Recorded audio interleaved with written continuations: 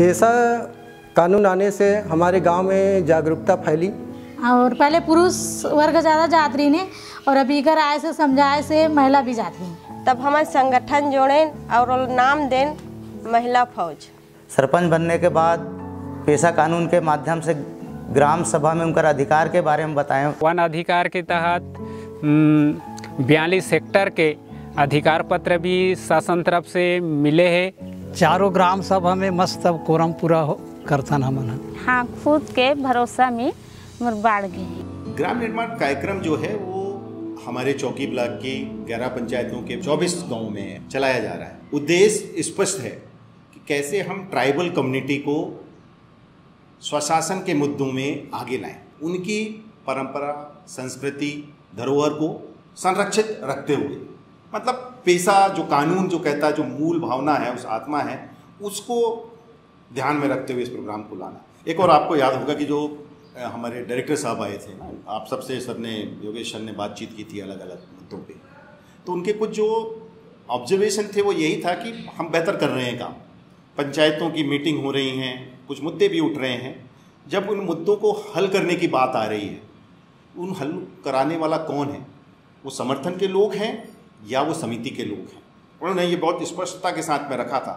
तो हमें वो समझने की ज़रूरत है कि हमारा जो फैसिलिटेशन है वो सीधे सामने से नहीं होना चाहिए, हम पीछे हों, उनको हम ले जाएं और वो उसको फ्रंट से लीड करें। तो लगता है कि ये एक आने वाला समय जो है, हमारा जो काम करने का जो तरीका होगा, मुझे लगता है इस सोच के साथ हमें करना पड़ेगा कि वो सशक्त हों, और वो कैसे सशक्त हों इस पे हमें काम करने की ज़रूरत है। परियोजना के प्रथम वर्ष में 5वीं अनुसूचित क्षेत्र में ग्राम सभाओं को सशक्त बनाने के लिए व्यापक प्रचार प्रसार किया गया। इसके नुक्कड़ नाटक, दीवार लेखन और समूह चर्चाएं आयोजित कर सामुदायिक लीडर का चयन किया गया। इन गतिविधियों के माध्यम से प्रयास किया गया ग्राम सभाओं में लोगों की अधिक से अधिक भागीदारी हो और उनके माध्यम से गांव के मुद्दों को रखा जा सके। गांव में ग्राम सभा सही ढंग से नहीं होता था। जो पंच सरपंच बने हुए रहते थे वही लोग आते थे, 15-20 लोग आ गए तो बहुत है। लेकिन समर्थन के आने से गांव में जागरूकता फैली। हमारे पंचायत के 5 स्थायी समिति है। 5 स्थायी समिति के मीटिंग में हमन 5 स्थायी समिति के जो भी निर्णय बनते, अलग अलग विषय में हम बात करके वो विषय ला हम ग्राम सभा में रखथन और ग्राम सभा में रख के वो विषय के बारे में निपटारा करथन। स्थायी समिति की बैठकों में समिति द्वारा योजनाओं की समीक्षा और विकास मूलक कार्यक्रमों में समिति की भागीदारी बढ़ाने के लिए पहल की गई। इसके साथ साथ ग्राम पंचायत स्तर के विभागों की निगरानी व्यवस्था को भी मजबूत बनाया गया। महिला मन भी आते, पुरुष मन भी आते, यहाँ कोरम पूरा होते। ग्राम सभा और समिति की बैठकों में महिलाओं की 1/3 भागीदारी पर विशेष जोर दिया गया और महिलाओं के मुद्दे पर चर्चा कराने का माहौल तैयार किया गया। अध्यक्ष भी हमन आदिवासी के रखथन। पेशा अधिनियम के आधार पर आदिवासियों को संगठित कर ग्राम सभा की अध्यक्षता करने का अवसर दिया गया, जिससे ग्राम सभाओं में शासकीय योजनाओं के अलावा उनके रीति रिवाज, परंपरा और संस्कृति को संरक्षित रखने के प्रयास किए जा सके।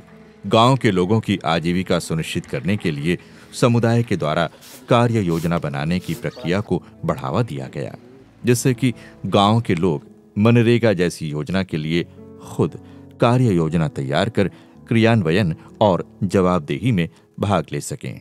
लगभग 2-3 साल में 65 डबरी निर्माण हो चुका है। इस क्षेत्र में पहली बार मोडबरी में मुर्गी सेट के स्वीकृति हो क्या है। पहले कमाए खाए ला बहुत जात रही से, और अभी का है सर मन मॉनिटरिंग करते, ग्राम सभा में आते, वहाँ बताते कि देखो मनरेगा में इतना दिन से काम मिलना है और गांव में ही काम करना है, तो अगर वजह से प्लान भी रुक गए। ग्राम सभाओं और पंचायतों के सशक्तिकरण के पश्चात सामुदायिक वनाधिकार पर लोगों में जागरूकता लाई गई और दावे तैयार कराए गए। सामुदायिक वनाधिकार मिलने से वन नियंत्रण समितियों का गठन कर जंगल के संरक्षण, संवर्धन और प्रबंधन की दिशा में कार्य किया गया। अब गांव के लोगों को लघु वनोपज से भी आजीविका में मदद मिल रही है।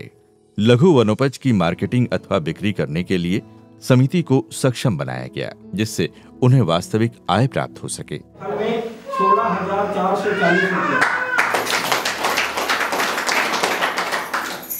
समिति को लघु वनोपज से प्राप्त आय को ग्राम सभाओं के समक्ष रखा गया, जिससे कि पारदर्शिता बनी रहे और आय को वन के संवर्धन और ग्राम विकास में लगाया जा सके। सब संगठित होके वन समिति बनाएं और वन समिति बना के फिर यहाँ के जो लघु अनुपज है, जो भी है खरीदी बिक्री सीताफल के है, जो इनकम आते ओला हमन ग्राम विकास के लिए उपयोग करथन। आजीविका मूलक गतिविधियों को बढ़ावा देने के लिए गांव के महिला संगठनों को सशक्त किया गया और सामूहिक खेती को प्रोत्साहित कर सब्जी पालन करने की दिशा में कार्य किया गया। गांव की भूमि और पानी की उपलब्धता के आधार पर फसल लगाने के लिए कृषि विभाग के साथ अभिसरण कराया गया। इनके द्वारा किए जा रहे कार्य अन्य समूहों को भी प्रोत्साहित कर रहे हैं। 15-20 हजार कमाए, 15-20 हजार लाभ मिली समला।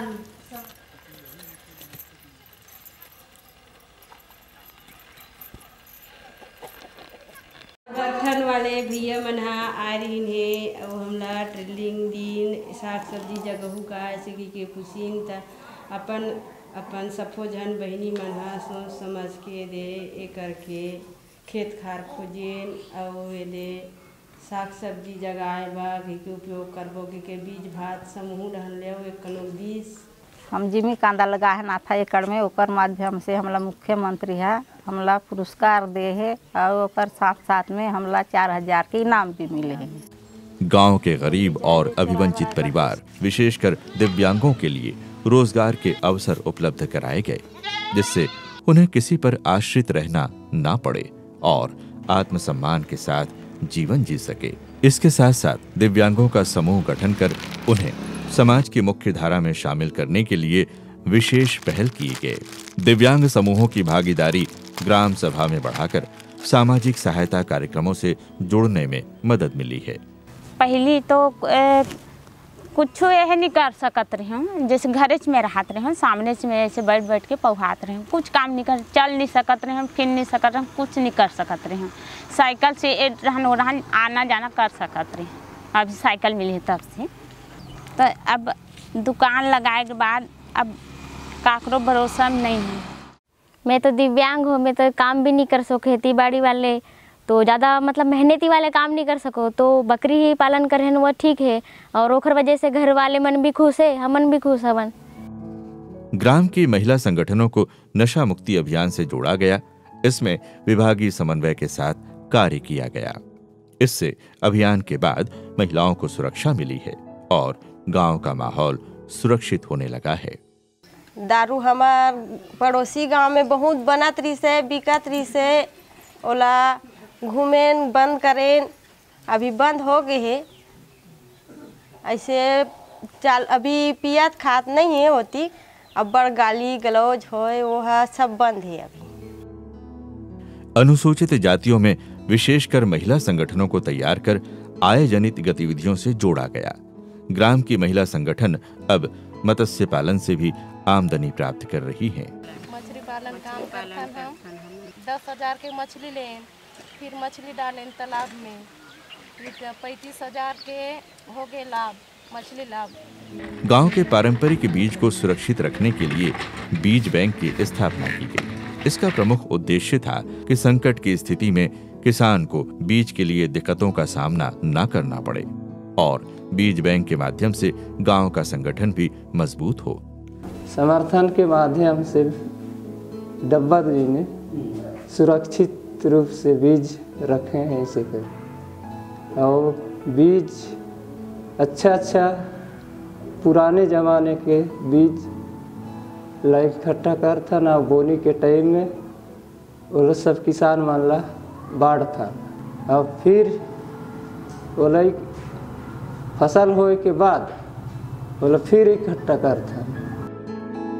सामुदायिक वनाधिकार मिलने के बाद वन नियंत्रण समितियों के द्वारा जंगल की रखवाली प्रक्रिया को मजबूती मिली और लघु वनोपज को अधिकार के साथ संग्रहण कर व्यापार करना प्रारंभ किया। इससे गांव का जंगल सुरक्षित हुआ है और इस प्रक्रिया से ग्राम संगठन की सक्रियता गांव में दिखाई देने लगी है।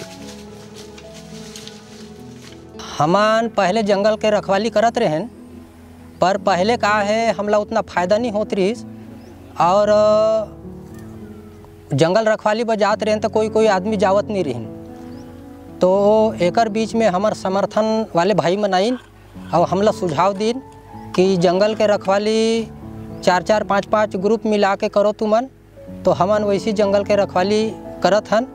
साथ में जंगल के सफाई कटाई अपन ग्राम सभा में निर्णय लेकर ही जाथन और लकड़ी ला काट के सोप के बंटवारा करथन घर पीछे।